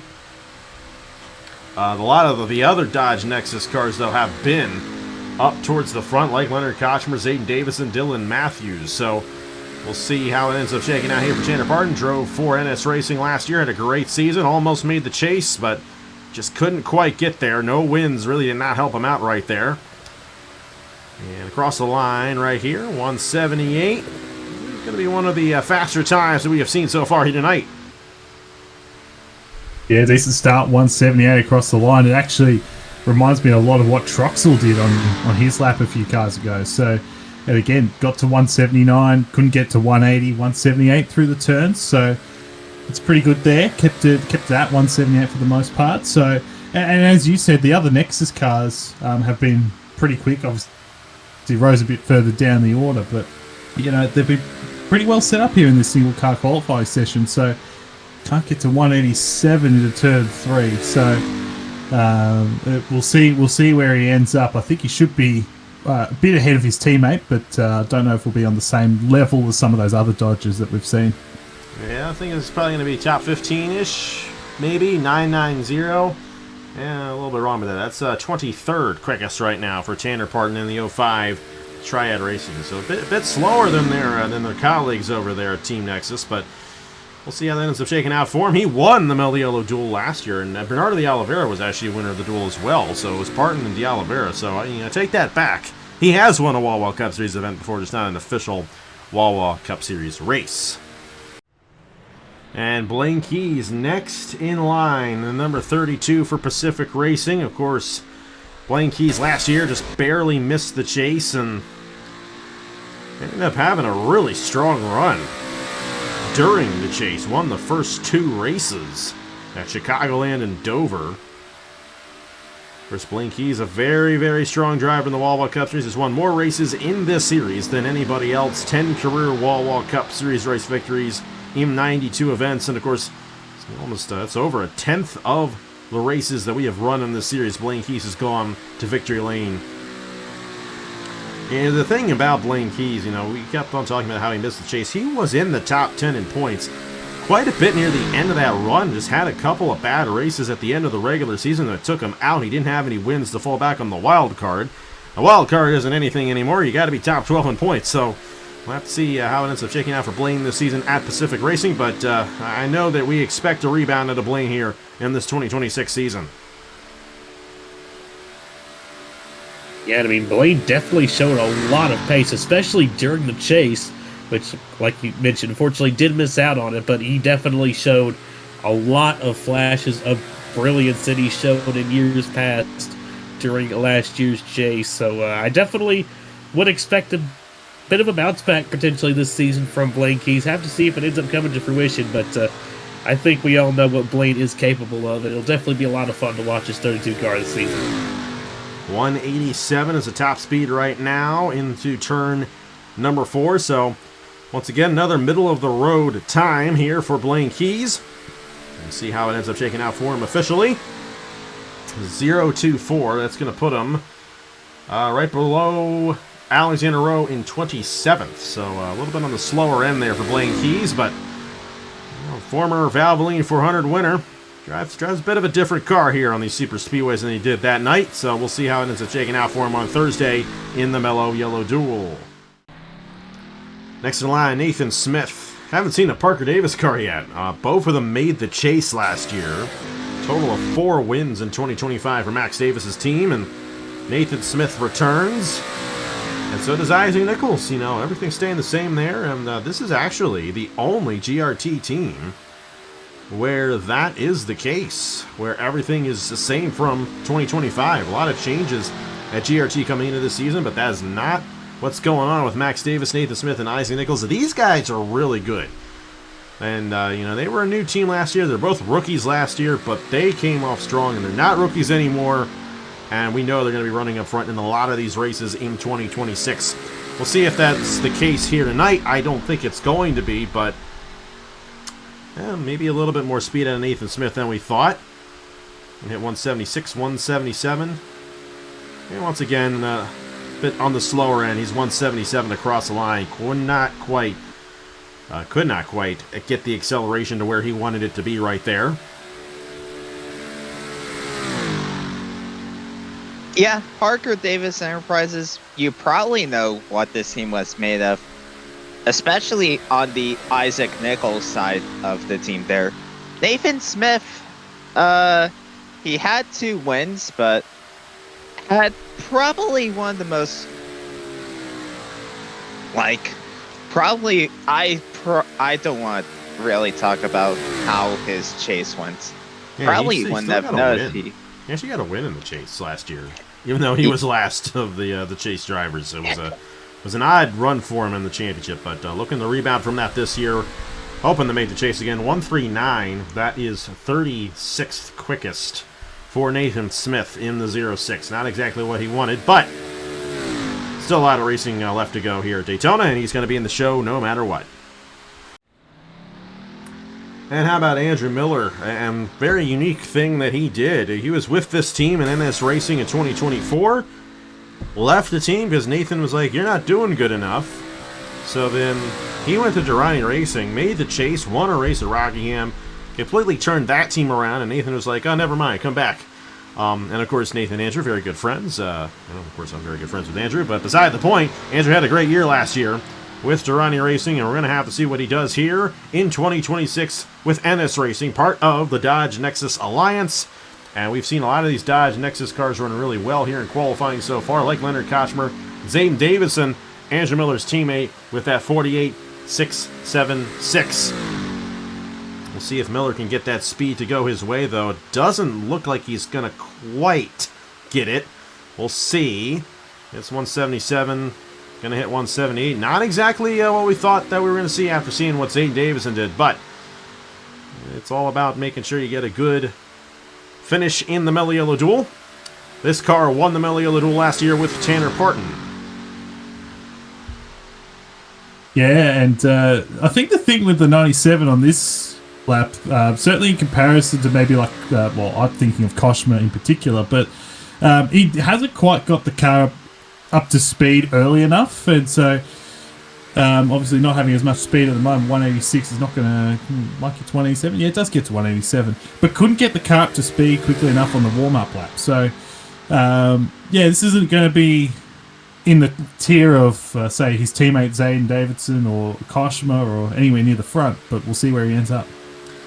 I'm going to be on the right side of your screen, 917. No, I'm wrong about that. He's actually going to find himself all the way up in 15th. That was actually a pretty solid time out of Andrew Miller. So didn't know where that really came from out of the 97. Some of these guys are getting rhythms at different parts on the racetracks, I guess. Andrew Miller up to 15th of 40 drivers so far here tonight from the Daytona International Speedway. And how about this? This was a great surprise last year. Avery Alford and Team Williams, and of course these guys won the owner's title, and Alford with that stunning win at Homestead at the end of last year, and awarded him this ride again. Teammates of the champion Duncan Ward, and he's on a good roll here with Andrew Williams in this organization. Now part of Team Nexus, Dodge Nexus as they're calling it, but Team Williams as a whole is still very much the same from what it was last year, with Avery Alford, Duncan Ward coming back, and Andrew Williams at the helm of the championship organization from 2025. Only 8 drivers left to go, and the fastest time still held by Bruno Di Giacomo, number 70, 48.470. That's just insane what Di Giacomo did.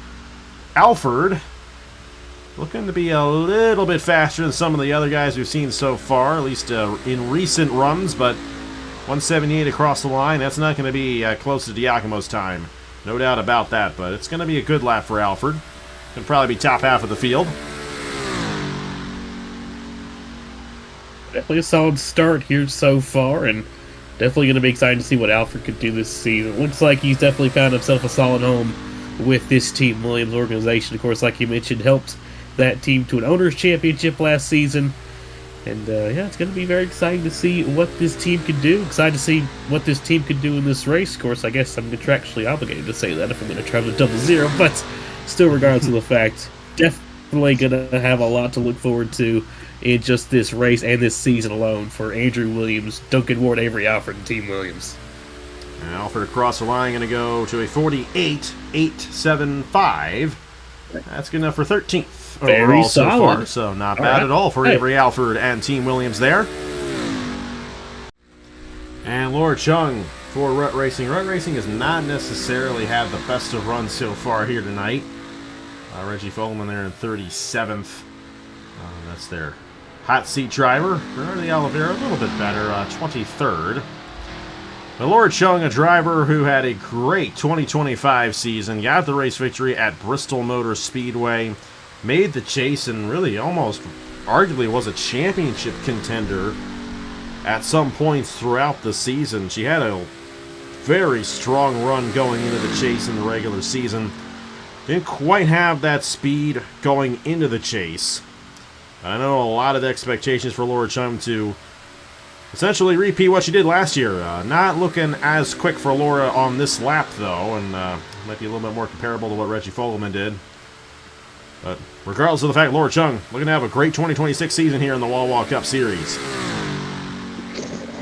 I mean, sure, she won the race and comfortably made the chase. However, I didn't feel like she did enough from what her potential would have been. 9th is still her best finish in the Wawa Cup Series, and that's saying much, considering especially 2023 happened, for instance. Yeah, for Bell Motorsports. If you remember that, you remember that. She remembers that, and she has definitely improved on every season in this series. This is now her 4th season in the Wawa Cup Series. That's a 0.81. That is 33rd quickest. So we'll see what she does on Thursday in the Mello Duel. Trying to get a better starting position for the Great American Race on Sunday.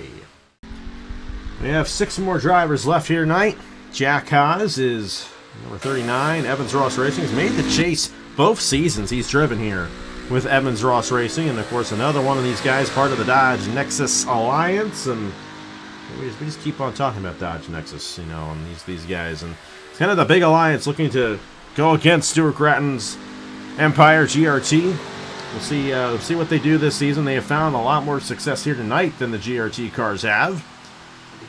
There's Jack Oz teammate there of Leonard Kochmer, third quickest right now, 48.651. So we'll see if that speed is in the number 39, who has seen a lot more success than, well, actually, you know, 93 had some success with Kirsten Bell past 3 years, but Jack Oz has seen some success. 3 wins in the Wawa Cup Series for Jack Oz throughout his Wawa Cup Series career so far. Yeah, and this is a decent start to the lap. Couldn't quite get to 179 there across the line, but he got up to a decent speed on his warm-up lap. 179, couldn't quite get to it. He was hung around on 179 for a bit, so this will be a good lap again. This will probably put him top half of the field. I think it is funny though with all this talk about Dodge Nexus and everything going up against Gratton Autosport, or GRT I should say. They did win the championship last year, Dodge Nexus, with Duncan Ward. So who we are going to see, of course, he's the last car out. We'll see what he can do in the 23. But expect these guys to be, really quite good throughout the season. Only time will tell to see, who ends up being the better alliance, or if another alliance pops up, makes a difference. But this is going to be a good lap for Jack. This is put him top half. Yeah, 896. I like that number. 48.896 for Jack Haas, and number 39. That's going to put him 14th quickest in the number 39 there for Evans Ross Racing. Here's Logan Williams in the number 64 for Intersys Motor Racing. Ladovic's left for the night, so I don't know. I guess Stewart's a good one to talk about this one. Part of the GRT Alliance right there. And actually, Caleb's a good one to talk about this one too, because Caleb, you had Logan on your team there for 3 seasons, won for you every single year. He's one of only 3 drivers to have won in every season of the Wawa Cup Series, which is kind of hard to believe. We only have 3 of them. Well, at least we have 3 of them who are still racing.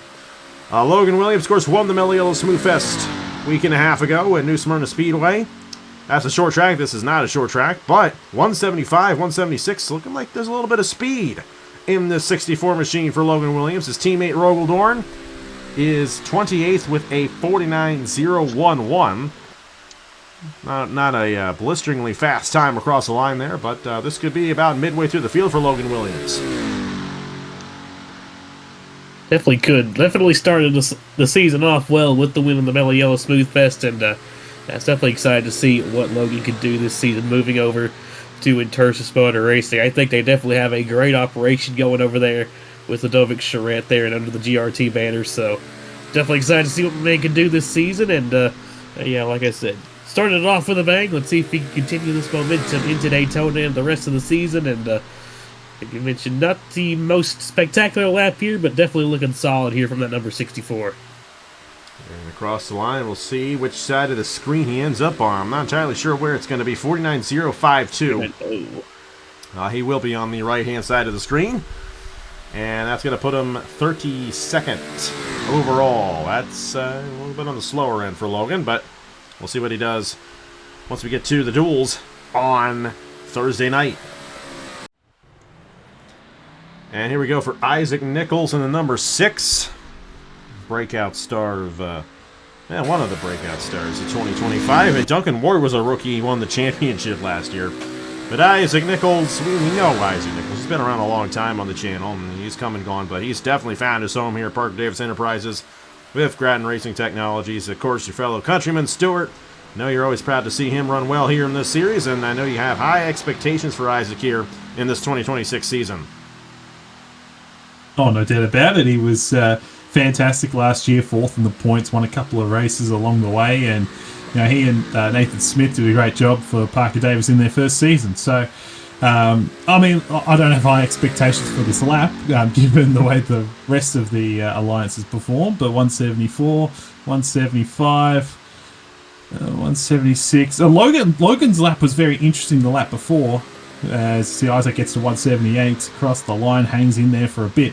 But Logan actually got the car fired off pretty well in the warm-up lap and everything, but as the lap went on, it all just vanished in the second half of the lap. So it's not great there, hitting 177 through 1 and 2. So again, probably not the strong suit of the GRT cars, but we'll see how they go this year. Obviously, high hopes for all the guys, especially Isaac, and we're really looking forward to the year ahead. Yeah, and I'm excited to see what he does this season as well. Not really one of the faster laps. He'll be on the right-hand side of your screen here in just a moment.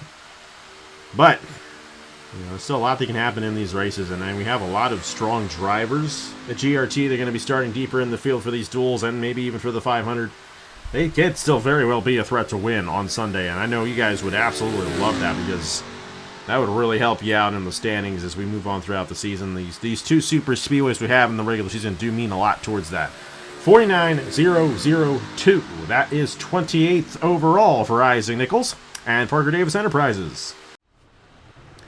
And here is the Mango Man, Daniel Paulus Jr., the number 54 for Team Velocitar. And man, the points might not show it, but he was so close to winning the championship last year ahead of Duncan Ward. Just couldn't quite get to him there at the end. But I know that these guys have high expectations to be back up there again in this 2026 season and have a shot at this Wawa Cup Series championship. It's hard to win it. We'll have to see how it ends up going out. And Matthew, you were a teammate to Paulus at Velocitar last year, and I know there's probably one race that you wish you got ahead of him there at Martinsville. That was a close one there. But that was Paulus's first win for Team Velocitar in that STP Old Dominion 500. And I know you have high expectations for Paulus this season as well. Yeah. Basically, after what happened at Darlington last year and the whole shenanigans that followed there, DPJ is probably thinking, this is probably the year I win the championship. Like, 5 wins, winning 5 is good and all, but now I guess the whole grid is probably the strongest it's ever been. So, yeah. Just keep your head in the game, and maybe win a few races, you'll be in championship at Darlington by September.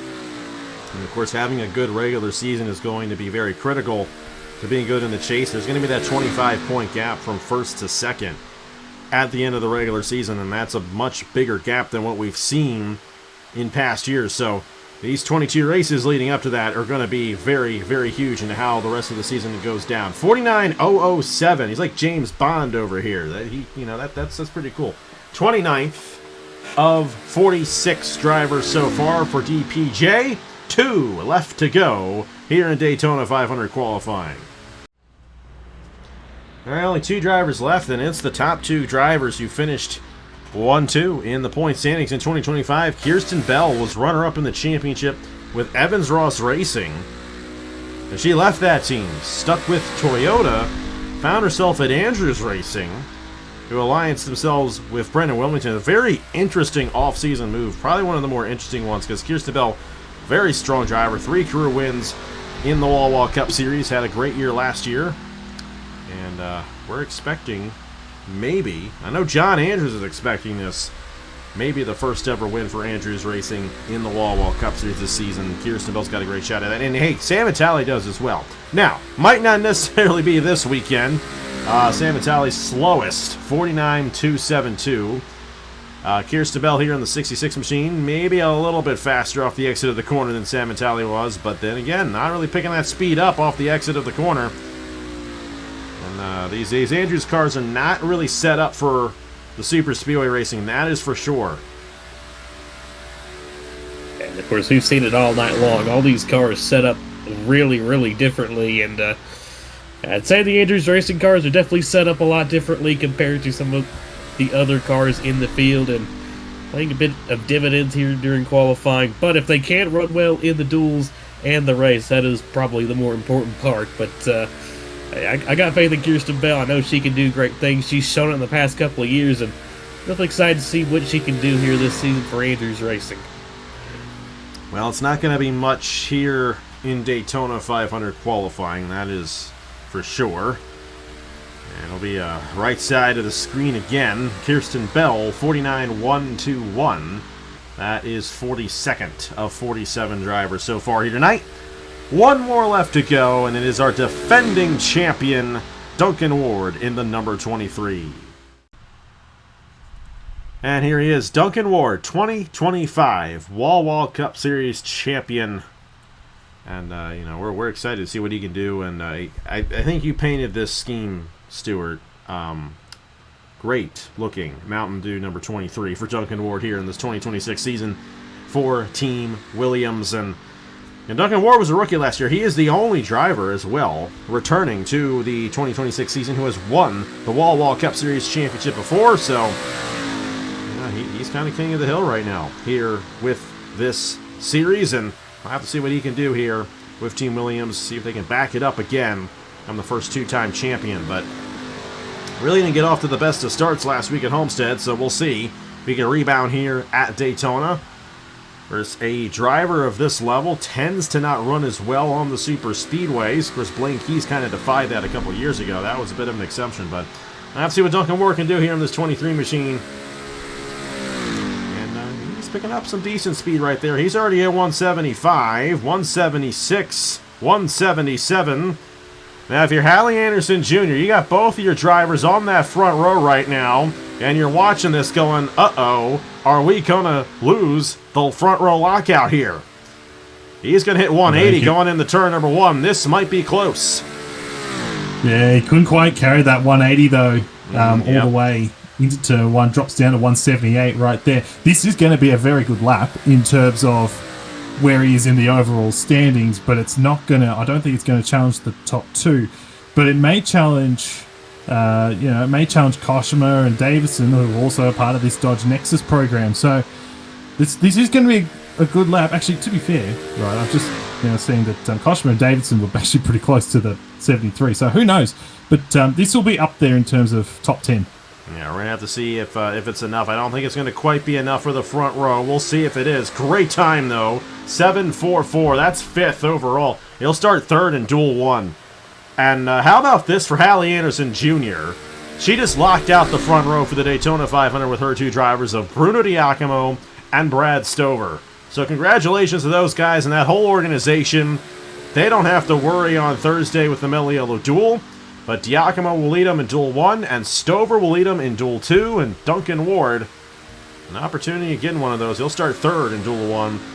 Let's wrap it up for the night. Show you guys the starting lineups for Mello Yello Duel at Daytona. All right, and that will do it here for Daytona 500 qualifying. Thank you all so much for watching, and huge thanks to Stuart Gratton, Matthew Hubert especially. They've been with us most of the night. Caleb Rose as well. We had Ladovic earlier and Matt Tuck earlier on. Had 5 guys. Y'all did a great job as always, and I appreciate y'all hanging out here and watching some cars go around in circles. And we had an interesting qualifying session. Anderson Jr. Enterprises locks out the front row for the Daytona 500. So Bruno Di Giacomo is your 2026 Daytona 500 pole sitter. Great run for Di Giacomo there. And Anderson Jr. Enterprises, and what a time compared to everybody else. 4.70, that was a 10th.5 faster than his teammate Brad Stover, who will get the outside pole for the 500. And they're going to lead us off Thursday night in the Mello Yello Duel. Duel number 1 is as follows. Bruno Di Giacomo, Leonard Kochmer, Duncan Ward, Dylan Mathews, Nicholas Cameron. Both Mathews and Cameron are hot seat drivers. You got to beat each other if they want to make it in. Nicholas Semedo, Zachary Fitzwater, Jack Haas, Eric Monaco is also going to be in that duel. Thomas Troxel, Caleb, you're going to be in that duel too. Caleb Rose in the 00. Aaron Lukes, Bernardo de Oliveira, Tanner Parton, Isaac Nichols, Rogal Dorn, Blaine Keys, Logan Williams, Trey Bartos, Stuart Gratton, Scep Silver, Kirsten Bell, Nathan Smith, and Christian Masters. So there's going to be 5 hot seat drivers in Duel 1 and only 3 in Duel 2. Duel 2 will be led by Brad Stover and Zaedin Davidson, Bryon Webb, Johnson Jameson, LJ Semedo, Angel Gutierrez, Avery Alford, Phillip Torres, Andrew Miller, Darien Arnsdorff, Carson Miller, Javier Vasquez, Sara Taylor, Roberto Crown Jr., Daniel Paulus Jr., Alexander Rowe, Matheus Bento, Bradyn Perez, Laura Chung, Carson Green, Bibi Ruiz, and Reggie Fogleman, along with Bryce Eagan and Alex Sanventali. So, final thoughts, guys, on what we saw here tonight, and what are we expecting once we actually get to racing here on Thursday? It's going to be a lot of fun with the Mello Yello Duel. See who makes it in. Stuart and Caleb, you guys are going against each other. Only one of you is going to be able to make it into the 500, if that. You got 3 other guys, including our defending Daytona 500 champion. So duel number 1, absolutely going to be a very unique race, considering all that's at stake in that one. Yeah, duel 1 is the stack duel, I think, and it's mostly because Caleb and I are in it more than anything else, I reckon. But no, look, it's going to be really hard to beat those Anderson Junior Enterprises cars if they could continue that speed. But we saw obviously the Dodge Nexus cars. They end up with Koshma 3rd, Davidson 4th, Ward up there, Mathews. That they were all very fast in their own right. So, but last year, I expected things to play out at Daytona, and they didn't play out like that at all in terms of the actual race. So the race is very different to single car qualifying, and we'll see what ends up happening. It's going to be a lot of fun. I know from a personal perspective, I've got a lot of work to do in Duel 1, but looking forward to it. It's definitely going to be a lot of fun to see how it plays out. Like you kind of talked about, I think the Anderson Junior Enterprises cars are definitely going to be hard to beat. They definitely looked really, really fast here in qualifying, but it's going to be very interesting to see how it does end up playing out once you throw the draft and everything into the mix and just the pure chaos of close quarters super speedway racing. So it's definitely going to be really interesting to see how the duels and the main race goes, but I think it's definitely going to be very exciting, and definitely got some faith in the team and Team Nexus and everything. They definitely showed tonight that they have some pace, so excited to see how it plays out. I guess Matthew isn't here anymore, maybe? Is he still here? No, I'm here. Okay. Just have my mic turned off. Well, regardless, not really too much of a surprise seeing the Anderson Jr. cars lock out the front row, but the Dodge Nexus cars do look quick on super speedways, at least.